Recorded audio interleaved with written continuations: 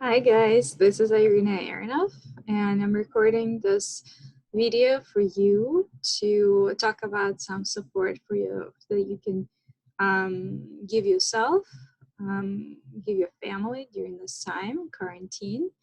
It's April 14th, 2020, and we are in shelter in place for a couple weeks now. I think it's our fourth week, and it looks like it's going to be I think it's going to be extended through May. I don't know. Right now it's in shelter in place until May 3rd, so we'll see how that's going to go, but we have at least 3 more weeks of this, so I thought I'll record video and talk about ways you can support yourself and your family through this, and talk about some dynamics that can be showing up right now. So just let me talk a little bit about what might be happening with you and your family. Shelter in place, so we're in shelter in place right now, and it takes away a lot of activities that we are used to. So we're not going to work, and we're not doing things that we normally do, go to yoga class, ecstatic dance, meeting with friends and family, go to the gym. That's kind of those sort of things. So it takes out a lot of activities. So it changes our whole day. It takes out a lot of activities that we used to, and now we're not doing them anymore.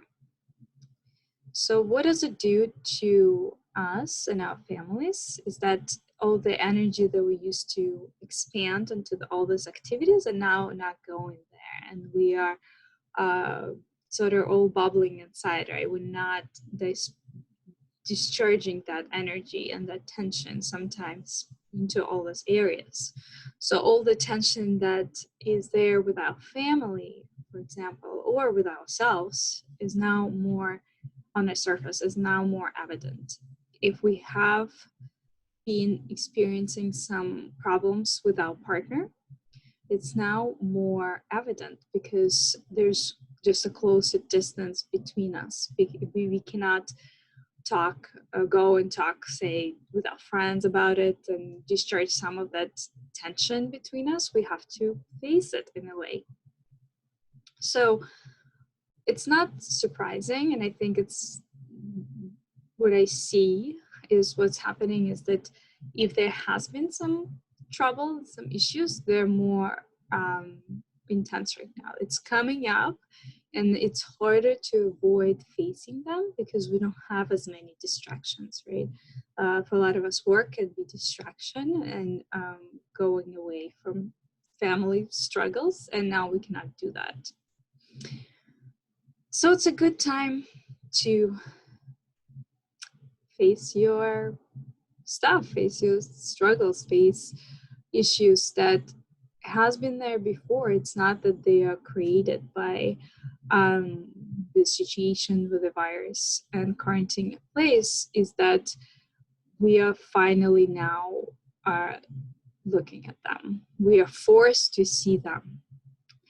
And I personally believe it's a good time because it's a time for transformation, but I understand that it doesn't feel good and it's uncomfortable. And so we need to do it with a lot of compassion, and yet without avoiding what's coming up. It can be also coming up with kids. It's when, our kids are away from us for the whole day and we don't see them, so we're not confronted with what's coming up in our relationship with them. So personally for me, I have 2 little ones. My youngest daughter is almost 1 and my oldest daughter is almost 3. And my oldest daughter was in daycare full time and now she's home.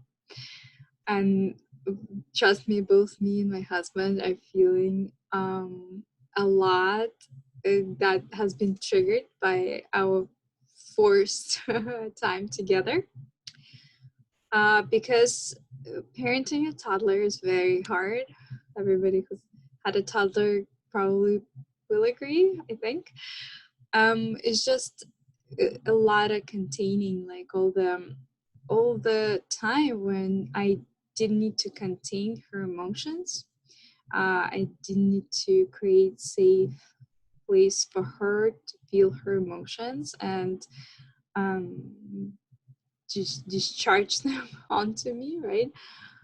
I now have to feel it, and I now have to be with her in those moments much more often.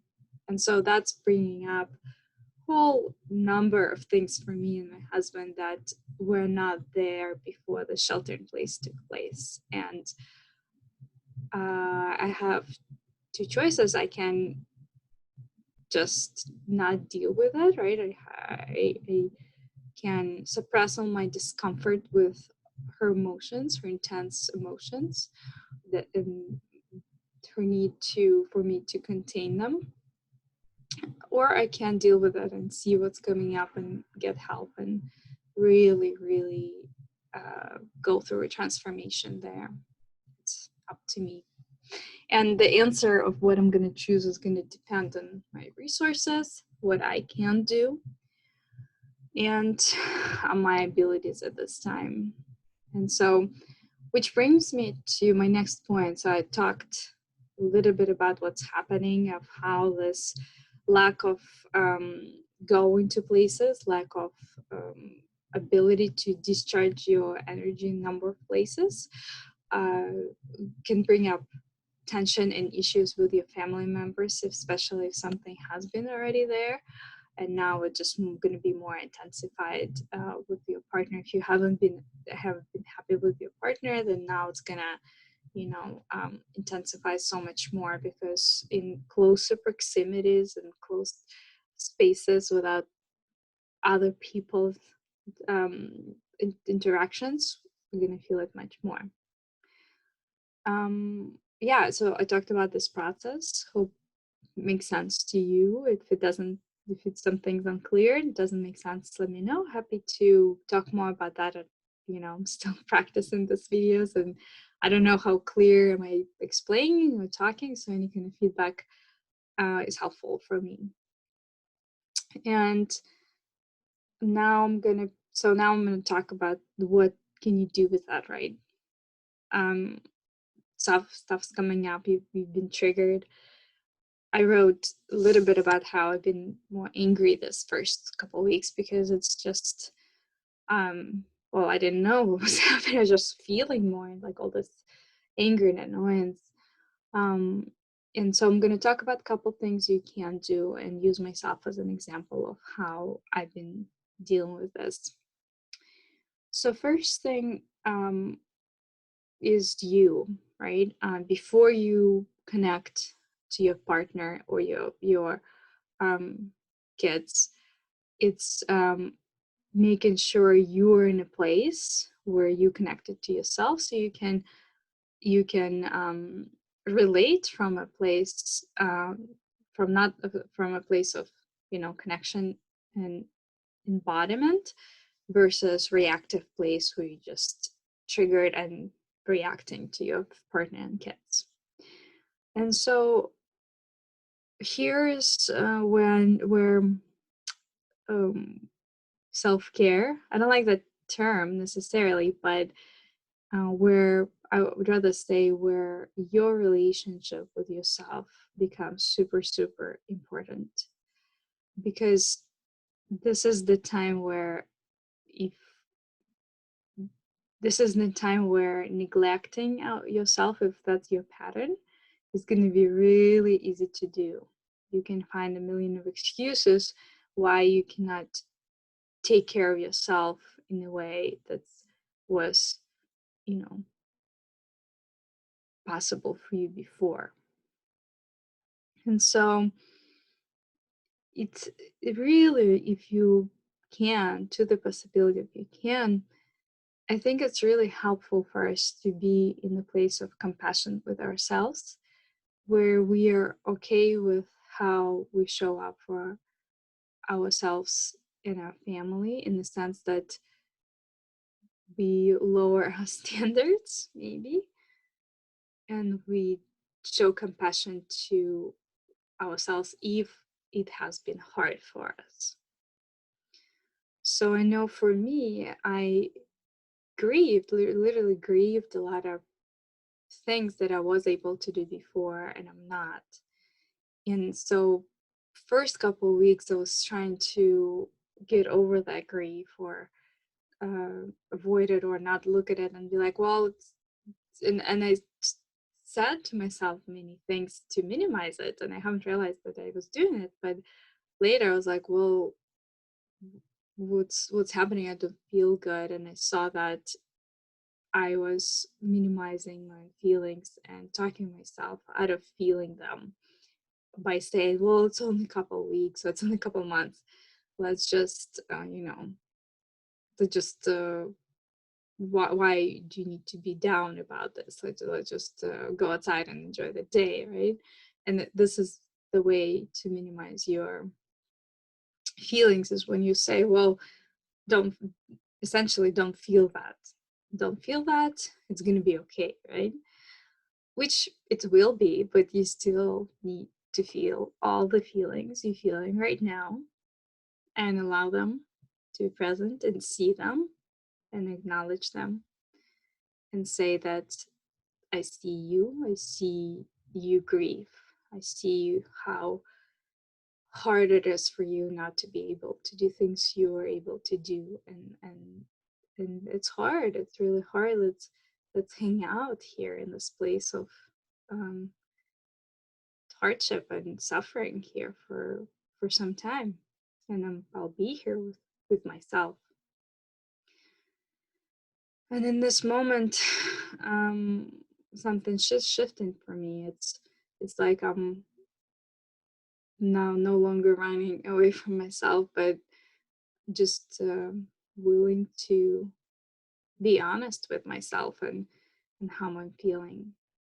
And I found this process being really helpful. I also did this process with some of my clients. Seems like it's also been helping for them. So just want to offer this to you.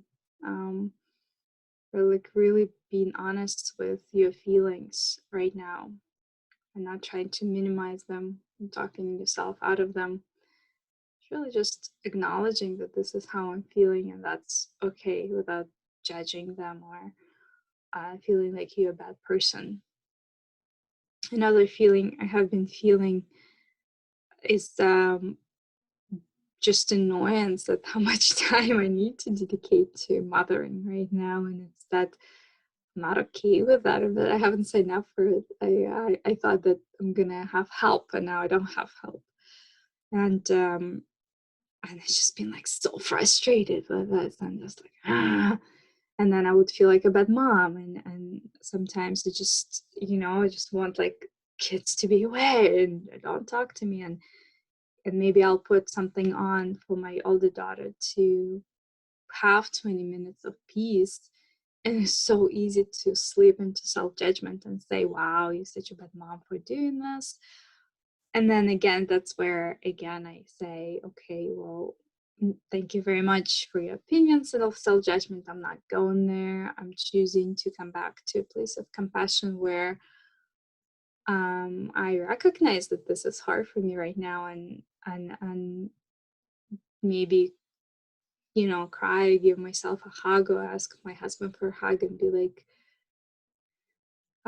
yeah, let's stay with this feeling instead of judging it or minimizing it, without feeling like I'm a bad person for feeling that. Um, so, and that's pretty, vulnerable place to be, where you admitting to yourself that you feeling this particular thing, and it's without trying to avoid it. And yet when we are able to do that, it's something is changing in us, and we are able to feel better. Well, first feel better, but feel like we're we feeling more alive. There's more energy available there when we are honest about what's happening and okay with it, more or less. And so when I'm able to do this process, then I'm with myself, have compassion for myself, or how I'm feeling, be honest with myself, how I'm feeling, thinking my whole experience becomes okay, and in myself, I'm centered in that. I'm then relating to my partner, relating to my kids from a different place. I I'm able to be more compassionate. I have more capacity for connection, for emotional connection. And then I'm able to contain my kids' emotions, or I'm able to be present with my partner and see what's coming up for him in this difficult experience, and be supportive and listening, and ask for what I need out of not out of collapsing place of neediness, but more of a centered, steady place of self-compassion that's also recognizing that I need support right now.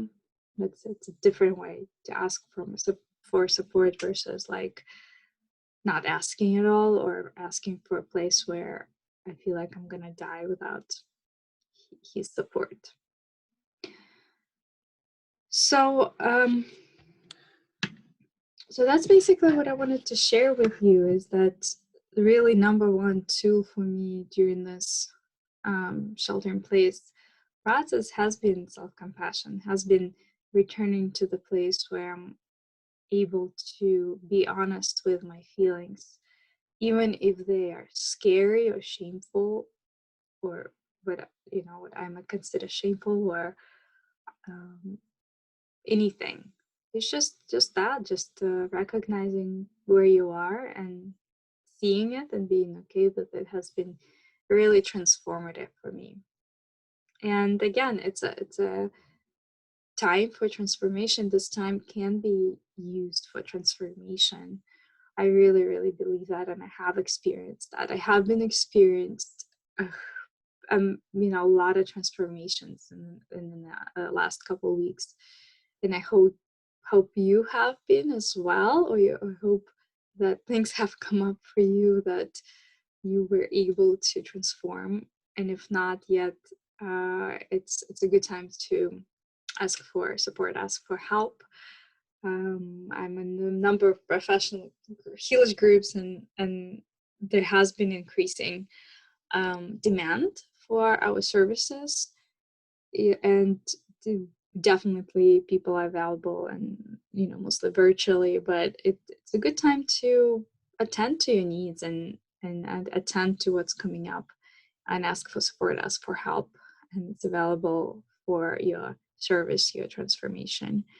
So I'm wishing you a lot of easy transformations, and so we can come out of this crisis in a better shape that we were going into. And yeah, hopefully this was helpful. Just ask me any questions if you have any, and you need some support with this process of dealing what's coming up for you right now, and processing this. Now we can mention some specific way of doing this, like some I wrote myself a couple of things. I will say like, well, what can be specific way to do it. But I think the process of being self-compassionate is number one thing right now, and that's really the point I want to highlight and end with. So hope this was helpful, and have a good the rest of quarantine.